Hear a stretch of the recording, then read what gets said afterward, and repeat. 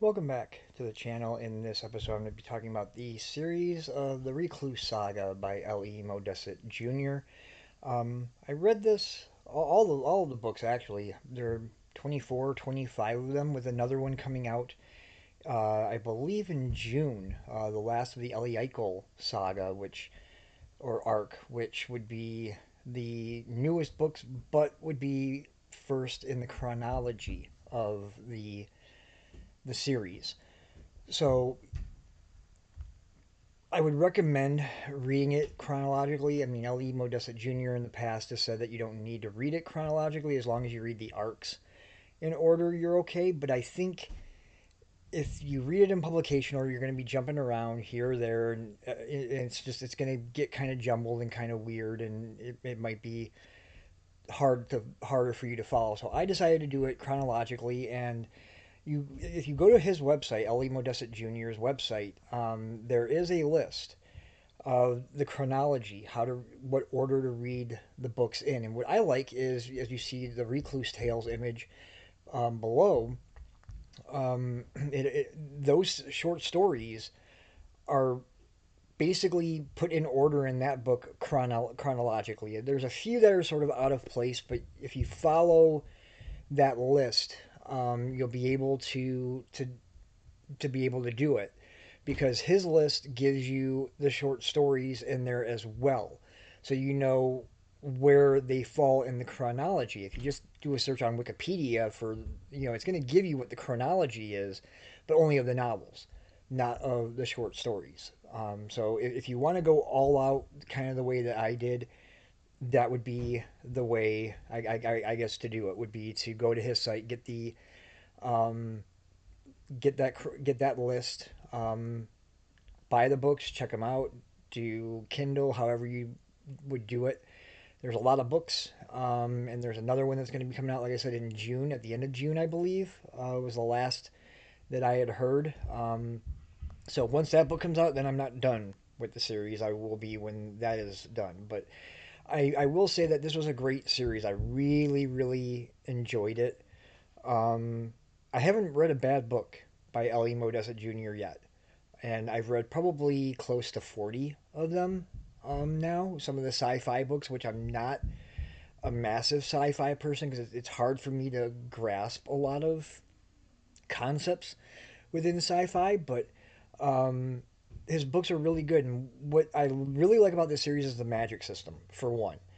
You have two different kinds of magic. You have chaos magic and order magic. Chaos magic is kind of how it sounds. It's more of a destructive kind of magic. You can hurl fire bolts at people and basically char them into ashes.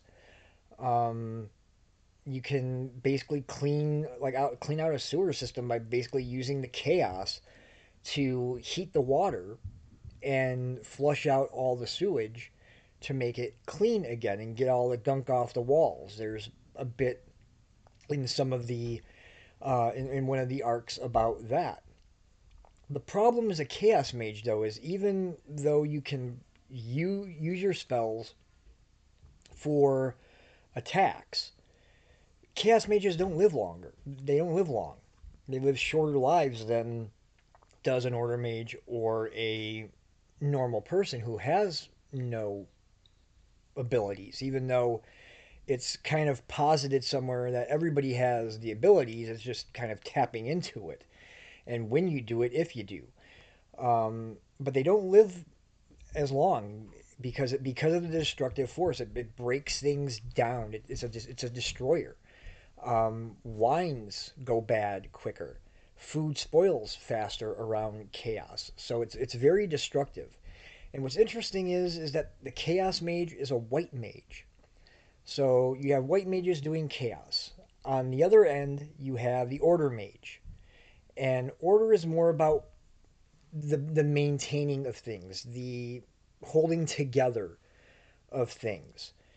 And it's more of a defensive mechanism. I mean, both mages can use shields to stop attacks. They can both make themselves invisible. to non-mages, even though when they make themselves invisible, I mean, it only makes their appearance gone. But if you're raising dust on the road or you're making sounds, that can still be seen and heard. So it's not infallible by using a light shield spell and making yourself invisible. Um, but the order mage is more about helping things to grow and make things better. And what's interesting is these are black mages. Um, and then you have occasionally, there's not very many of them, the gray mages. These are the mages that can kind of do both. They can handle them both. Now that's not to say that a white mage and a black mage do can't handle them both, because for a white mage to use chaos, you have to use a little bit of order in there too. Same thing with the order mage, you have to be able to use a little bit of chaos in there as well. But it's more which of the dominant are you? Where the gray mage can basically use them both equally, and they can basically hurl the fire bolts if they want. They can be more defensive. But the more magic you use, the more that you're using it, the more tired you get. And so mages have to eat more. They drink more, and yet they don't really put on the pounds because that sustenance helps take care of headaches and pain that they get in their eyes, or just the beatings they can take from using these spells. But what I found interesting with the white mage and the black mage idea is I grew up playing a lot of Final Fantasy games, and the white mage was basically the mage that healed. They were the ones that gave HP. They raised the dead. They were the mage of life. And the black mage was the one that called on fire and thunder and all the destructive stuff. So LE basically flipped that concept here and made white the destruction, black the more we're going to hold on and make things grow. So I really like that. There's another thing I like.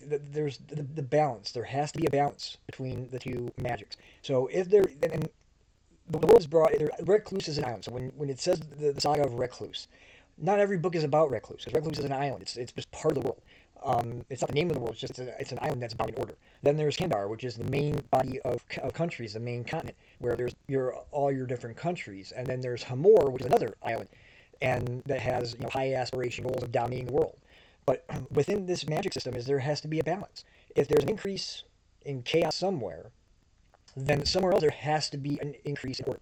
It all has to balance out in the end. And this comes out really in the early books that were published, and which end up basically being toward the end of the chronology. The balance really gets pushed big time. Um, but yeah, to me, that made it a very um, interesting aspect of the read as well. Also the characters. Not saying all of them are like this, but I'll use an example of the last character that's in the books of Magic of Recluse and The Depth of Chaos, Alaris. He's a character when you start reading, everything's boring to him. He can only handle things for so long, and then it gets boring, boring, boring, boring, and you're just kind of like, oh, can I get through this book without myself being bored and irritated and all that? But what he does, what L.E. Modesitt Jr. does with the characters is you see their daily lives, what they do, and how they learn, and sometimes the prices they have to pay for that knowledge. And in the end, there's the redeeming qualities that are there. That by the time you're a quarter of the way into the book, you're finding yourself, okay, I can be behind this guy or this girl. I can stick with this, and you kind of want to, because when you get to the end of the arc, or at the end of any book, really, I mean, it's a series of events that take place, and the main events are usually like 30 to 40 pages to close the book. It's not to say that and then you have a couple pages that are sort of happy ever after. Now, putting that main event, that main battle, the main whatever it is that's there within that 30 to 40 pages, he's not smushing it all in and rushing it. It all comes out still very fine, and it all works. It's a masterfully done series.